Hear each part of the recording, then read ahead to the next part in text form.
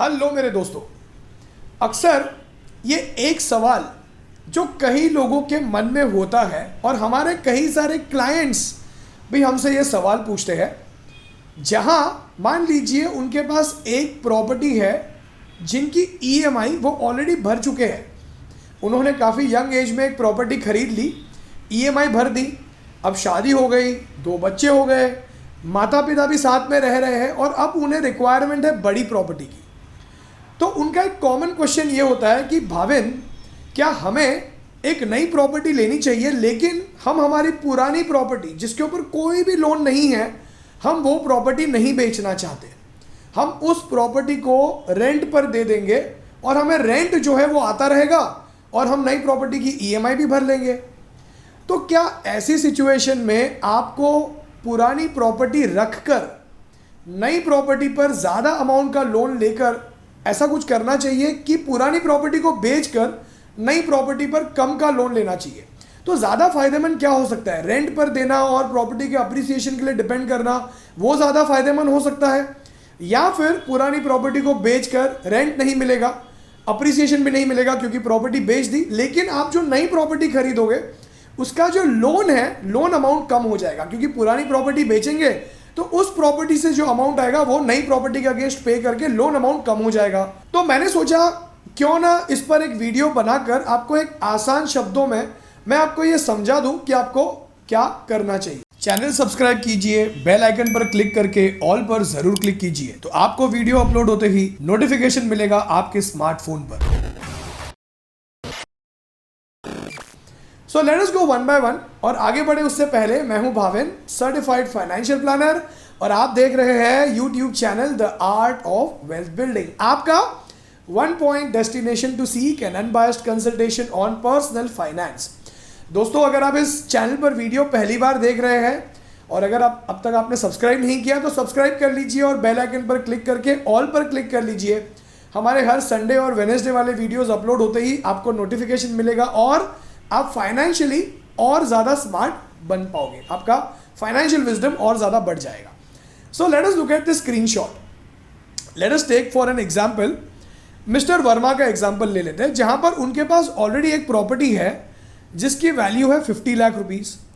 अब वो ये चाहते हैं कि इस 50 लाख रुपीस की प्रॉपर्टी को वो नहीं बेचेंगे और वो नई प्रॉपर्टी खरीद लेंगे जिसकी वैल्यू होगी 75 लाख रुपीस,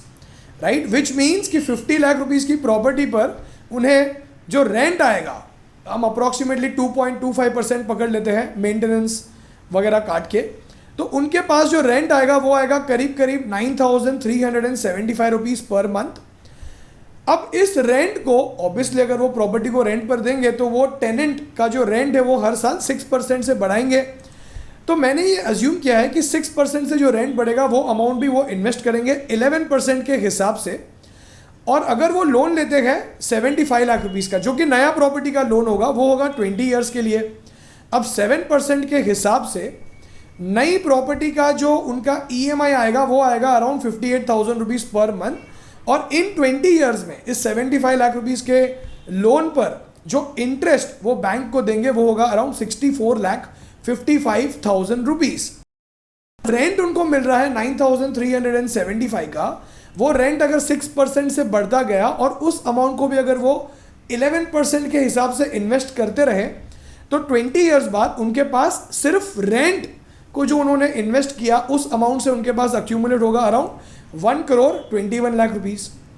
और प्रॉपर्टी जो कि 50 लाख की प्रॉपर्टी है, अगर वो अप्रिशिएट हो गई 8% से 20 सालों में, मतलब साल ब साल, every year it kept on appreciating by 8%. So after 20 years, the value of this property should be around 2,33 lakh rupees, which means कि उनकी वैल्यू 20 साल बाद प्रॉपर्टी की हो गई 2,33 लाख, प्लस उन्होंने जो रेंट का पैसा इन्वेस्ट किया 11% पे और जो बढ़ता गया रेंट उससे उन्होंने अक्यूमुलेट कर लिया 1,21 लाख रुपीज़, यानी 2,33 लाख प्लस 1,21 लाख माइनस जो 64 लाख रुपीज़ का उन्होंने इंटरेस्ट पे किया बैंक को, तो टोटल उनका जो नेट प्रॉफिट हुआ इस ट्रांजैक्शन पर वो हुआ 2,90 लाख रुपीज़, राइट। अब ये तो हमने सिचुएशन पकड़ा जहां पर उन्होंने प्रॉपर्टी नहीं बेची, रेंट पर डाला नेट रेंट को इन्वेस्ट किया, लेकिन ज़्यादा अमाउंट का लोन ले लिया, 75 लाख रुपीज़ का लोन लिया और ईएमआई पे किया 58,147 रुपीज़ का हर महीने। लेकिन अब हम करते हैं कंपैरिजन कि अगर उन्होंने ये प्रॉपर्टी नहीं रखी होती, उन्होंने बेच दी होती, विच मीन्स कि उनको 50 लाख रुपीज़ आता प्रॉपर्टी बेचकर, तो उनको 75 लाख रुपीज़ का जो लोन लेने की ज़रूरत नहीं पड़ती, और वो अब इस सिचुएशन में लोन लेते सिर्फ 25 लाख रुपीज़ का। अब इस सेम लोन को अगर वो 20 ईयर्स के लिए लेते हैं 7% पे, तो उनका ईएमआई बनता है 19,382 रुपीज़, विच मीन्स कि लोन का अमाउंट कम था, तो इन 20 सालों में जो इंटरेस्ट वो बैंक को पे करेंगे वो होगा अराउंड 21,51,000 रुपीज़, और जहां पे उन्होंने 75 लाख रुपीज़ का लोन लिया था वहां पर उनका ईएमआई था 58,147, लेकिन यहां पर 25 लाख रुपीज़ का लोन लेने की वजह से उनका ईएमआई है सिर्फ 19,382, विच मीन्स कि जो डिफरेंस अमाउंट है 38,765 रुपीज़ का, उसे अगर वो 11% के हिसाब से हर महीने वो इन्वेस्ट करते हैं, और यहाँ पे 240 मंथ्स बाद उनके पास 11% रिटर्न के हिसाब से होगा करीब करीब 3,38 लाख रुपीज़। तो यहाँ पे अब अगर हम डिफरेंस देखें तो पहले ट्रांजैक्शन में जहाँ पर उन्होंने 75 लाख रुपीज़ का लोन लिया वहाँ पर उनका मुनाफा हो रहा था 2,90 लाख रुपीज़ का, लेकिन यहाँ पर यानी कि प्रॉपर्टी अप्रिशिएट हो गई, प्लस रेंट जो इन्वेस्ट किया था वो भी अमाउंट उनको मिल गया, और इंटरेस्ट जो भरा उन्होंने वो हमने माइनस कर दिया। लेकिन यहाँ पर 25 लाख रुपीज़ का लोन लेकर उनके पास अप्रॉक्सीमेटली इकट्ठा होंगे, जो कि डिफरेंस ईएमआई वो इन्वेस्ट करेंगे उनके पास इकट्ठा होगा 3,38 लाख रुपीज़, माइनस वो इंटरेस्ट कितना भर रहे हैं 21,51,000 रुपीज़ का। तो अब यहाँ पर उनका जो नेट प्रॉफिट हो रहा है वो है 3,17 लाख रुपीज़ का। तो कई लोगों के मन में ना ये वहम होता है दोस्तों कि अगर हम प्रॉपर्टी रखते हैं तो उस प्रॉपर्टी से हमको जो है रेंट आते रहेगा बुढ़ापे में, और प्रॉपर्टी का प्राइस भी तो अप्रिशिएट होते रहेगा। लेकिन अब आपने ये समझ लिया कि प्रॉपर्टी को बेचकर, क्योंकि जब आप प्रॉपर्टी को बेचते हो और आप उसके अगेंस्ट अगर आप नई प्रॉपर्टी खरीदते हो सेम वैल्यू की या उससे ज़्यादा वैल्यू की, तो आपको जो है कोई भी कैपिटल गेन टैक्स नहीं देना पड़ता है,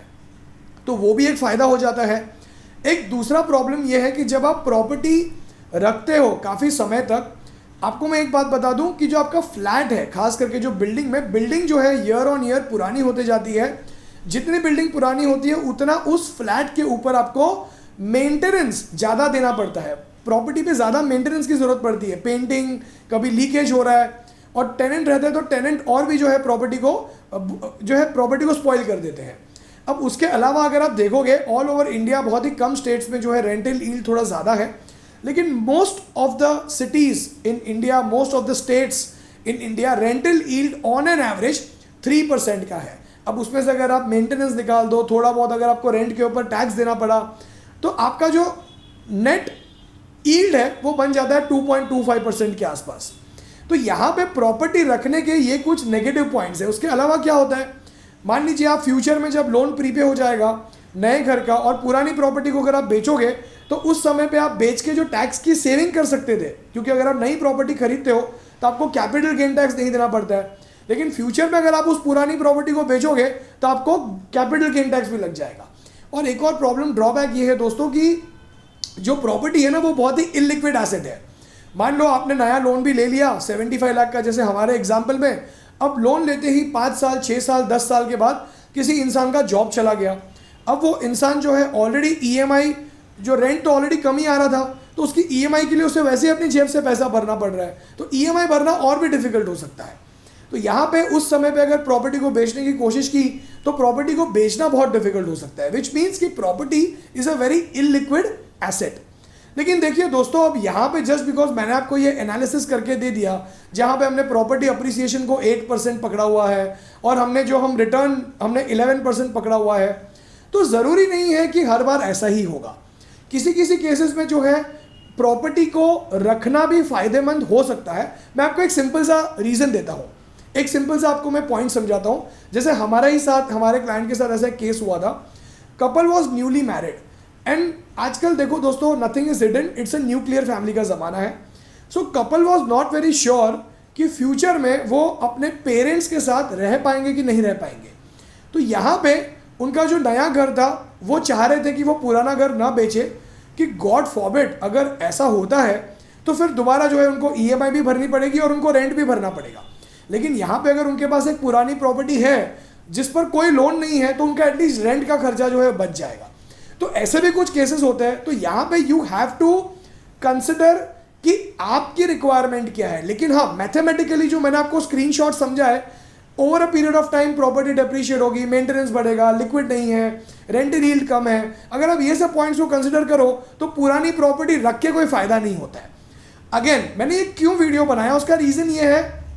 कि जितनी भी बार मैं कितने भी क्लाइंट्स को कंसल्ट करता हूं, अक्सर वो एक ही जो है सवाल पूछता है कि हमारी पुरानी प्रॉपर्टी से हमारी इमोशनल अटैचमेंट है और हम नहीं चाहते हैं कि हम इस प्रॉपर्टी को बेचें। तो दोस्तों, उम्मीद करता हूं कि आपको इस वीडियो से कुछ सीखने मिला। आप इस वीडियो को शेयर और लाइक करोगे, अपने फ्रेंड्स के साथ जो है फॉरवर्ड करोगे इस वीडियो को, उन्हें भी जो है थोड़ा फाइनेंशियल नॉलेज दोगे। अब दोस्तों, अगर आप अपना फाइनेंशियल प्लान बनवा कर ये समझना चाहते हैं कि कैसे आप अपने पर्सनल फाइनेंशियल गोल्स अचीव कर सकते हो, जैसे रिटायरमेंट, बच्चों की हायर एजुकेशन, वेकेशंस, घर खरीदना, कार खरीदना, होम लोन को कैसे प्रीपे करना है, होम लोन लेना है कि नहीं लेना है तो कितने अमाउंट का लेना है, कैसे आप उसको प्रीपे करोगे, ये सब चीज़ अगर आप समझना चाहते हो, अपना पर्सनल फाइनेंशियल प्लान बनवाना चाहते हो, आप मुझे व्हाट्सएप कर सकते हो ऊपर आपकी स्क्रीन पर आए हुए इस नंबर पर, और आप हमारी website the art of wealth building पर भी विजिट कर सकते हो। अब तक अगर आपने हमें हमारे इंस्टाग्राम हैंडल पर फॉलो नहीं किया तो कर लीजिए, the art of wealth building search करके। तो दोस्तों, उम्मीद करता हूं आपको इस वीडियो से कुछ सीखने मिला। आप इस वीडियो को लाइक करोगे, शेयर करोगे और मुझे मोटिवेट करोगे और भी ऐसे वीडियोस बनाने के लिए। Thank you so much for your time. God bless you all.